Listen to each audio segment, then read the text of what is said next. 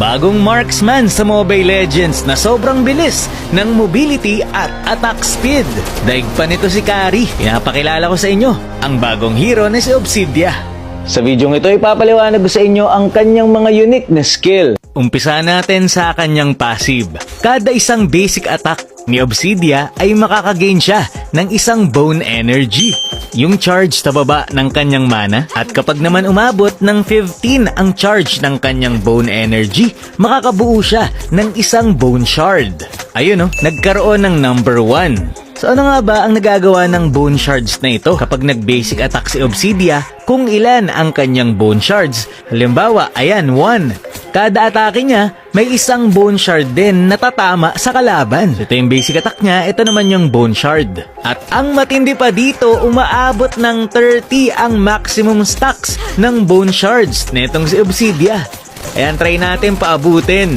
Pinas forward ko na nga yung video para hindi kayo maboard. So ayan, 11 na yung stack ng aking bone shards. Kada basic attack ko, 11 na bone shards ang tumatama sa kalaban. Grabe! So ibig sabihin lang nito, kapag napaabot mo yung maximum stacks ng bone shards na ito, isang basic attack mo pa lang, 30 bone shards na ang tatama sa kalaban. Grabe! So ayan, tignan nyo, isang atake ko pa lang, umulan na agad ng damage. Pero hindi ka pwedeng magpa-stack sa mga jungle monster. Makakapagpa-stack ka lang sa mga minions, hero, o kaya naman sa tore. Kapansin-pansin din na parang humahaba yung dulo ng kanyang arrow kapag nadadagdagan ang stack ng kanyang bone shard. Kapag naka-takedown ka rin ng hero ng kalaban, automatic magkakaroon ka kagad ng 1 bone shard stack.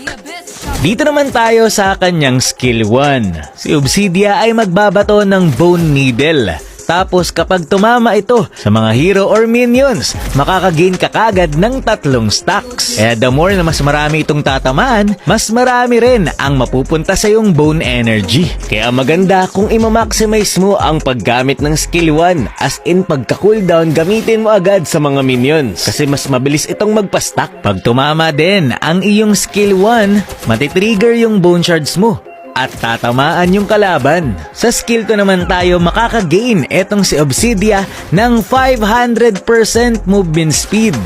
Kaya naman para na siyang nagdadash. Hindi ka nga lang makakatago sa mga pader gamit ang skill 2. Pero makokontrol mo naman kung saan mo gustong pumunta gamit ang iyong joystick kapag ikaw ay nag-skill 2. Maganda tong pangharas ng kalaban pagka skill 1 mo, out ka lang para makastack ka. Dito naman tayo sa napakaangas niyang ultimate. I-explain ko sa inyo. Magbabato siya ng Bone of Wrath. Tapos kapag may tinamaang kalaban, may higit siya papunta sa pwesto nito. At magiging 1 second na lang ang cooldown ng iyong skill 2. Kaya may spam mo ang paggamit nito. Pwede ka ring mag-basic attack habang ginagamit mo ang iyong skill 2 kapag naultihan mo ang kalaban. Tignan mo naman kung gaano siya kalikot kapag meron siyang naultihan. At ang matindi pa dito, hindi ka pwedeng gumamit ng dash or flicker kapag tinamaan ka ng ultimate ni Obsidia. So para kang naultihan ni Minsitar. Mahirap na ngang patamaan kapag naka-ulti, tapos hindi mo pa matatakasan kung wala kang purify. Tumatagos nga pala ang kanyang skill 2 sa mga wall kapag siya ay naka-ultimate. Kawawa yung mga hero na may dash dito kay Obsidia. Pero kailangan mag-ingat ni Obsidia sa mga hero na mabibilis ang movement speed tapos naka-sprint. Kasi kapag tumakbo yung kalaban mo, madadala ka rin eh. So yung mga naka-sprint ang magpapahirap sa'yo. Pero pwede mo naman i-cancel ang ultimate mo kung sakaling ganito ang mangyari. Pero ayun na nga, sinubukan ko na nga si Obsidia sa totoong game para malaman kung malakas ba talaga siya o maganda lang yung mga skills niya. So yan, sa early game, nagpapastack-stack muna ako sa kalaban, skill 1 tapos out lang. Tapos na nag-level 4 na ako, grabe, tignan nyo naman to. Ang likot, kawawa yung katapat.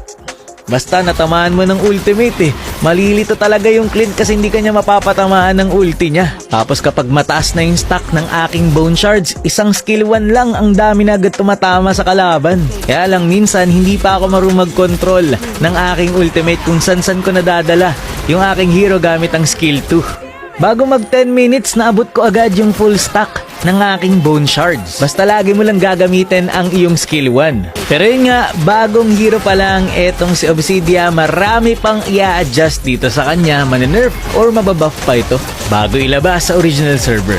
Pero ikaw, anong masabi mo tungkol sa kanya? Yun lang for this video. Maraming salamat sa panonood and to God be the glory.